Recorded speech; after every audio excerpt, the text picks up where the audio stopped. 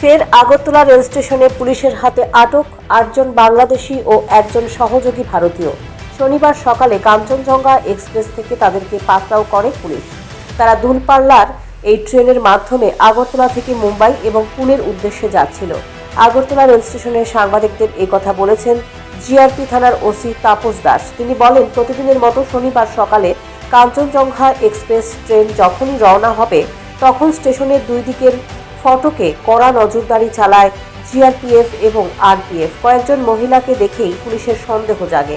এরপরেই তাদেরকে আটক করা হয়। জিজ্ঞাসাবাদ করতেই তারা স্বীকার করেছে বাংলাদেশ থেকে এসেছে। তারা কাজের জন্য কেউ মুম্বাই, কেউ বা পুনে যাবেন। তাদের সঙ্গে একজন ভারতীয় ছিল, তার নাম সেন্টু কুমার দেব। বাংলাদেশি 8 জন মহিলা কুমিল্লা সীমান্ত দিয়ে ত্রিপুরায় প্রবেশ করেছে। ধৃত 8 জন বাংলাদেশি মহিলাদের মধ্যে রয়েছে তানিয়া হাসান শেখ, সাকি খাতুন, সুমি শেখ, রূপা শেখ, রেজওয়ান শেখ, বিউটি খাতুন, সুপ্রিয়া শেখ, সাজেদা বিশ্বাস প্রমুখ। গোপন সংবাদ ছিল যে আমাদের যে প্রত্যেক দিনের ট্রেন, আজকেও একটা ট্রেন ছিল দূরপাল্লার ট্রেন, যেটা কাঞ্চনজঙ্ঘা এক্সপ্রেস। তো ওইটা দিয়ে একটা বিশাল সংখ্যক বাংলাদেশের লোক যেতে পারে এরকম খবর। তারপর আমরা জিআরপিএফ এবং আরপিএফ থানার পুলিশ মিলে আমরা সব দিকে একটা অ্যাম্বুশ বসি। তো যদিও ট্রেনটার টাইম ছিল 8টা নাগাদ, তো আমরা যখন প্রায় 7:30 মানে 7:30 পার হচ্ছে এমন সময় দেখলাম কিছু বয়সের মহিলা এবং ছেলেরা ওই দিকে আসছে, প্ল্যাটফর্মের মেন গেট হয়ে প্ল্যাটফর্মের দিকে আসছে এবং তার মুভমেন্ট খুব সাসপেক্টেড ছিল। তারপর আমরা যথারীতি তাদেরকে ডিটেন করি।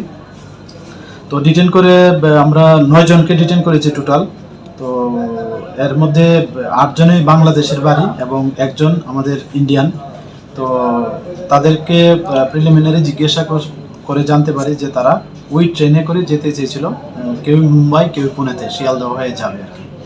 তো তারা কেউ বলেছে যে তারা ওই কুমিল্লা বর্ডার দিয়ে এসেছে এরকম, কিন্তু এখনও তাদের জিজ্ঞাসাবাদ চলছে।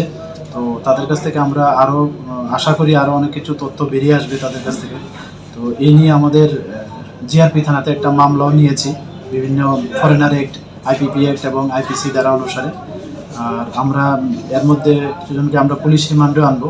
তো তাদেরও কঠোরভাবে আমাদের অফিসাররা জিজ্ঞাসাবাদ চালিয়ে যাচ্ছে। তো আজকে আমরা তাদের মহামান্য আদালত।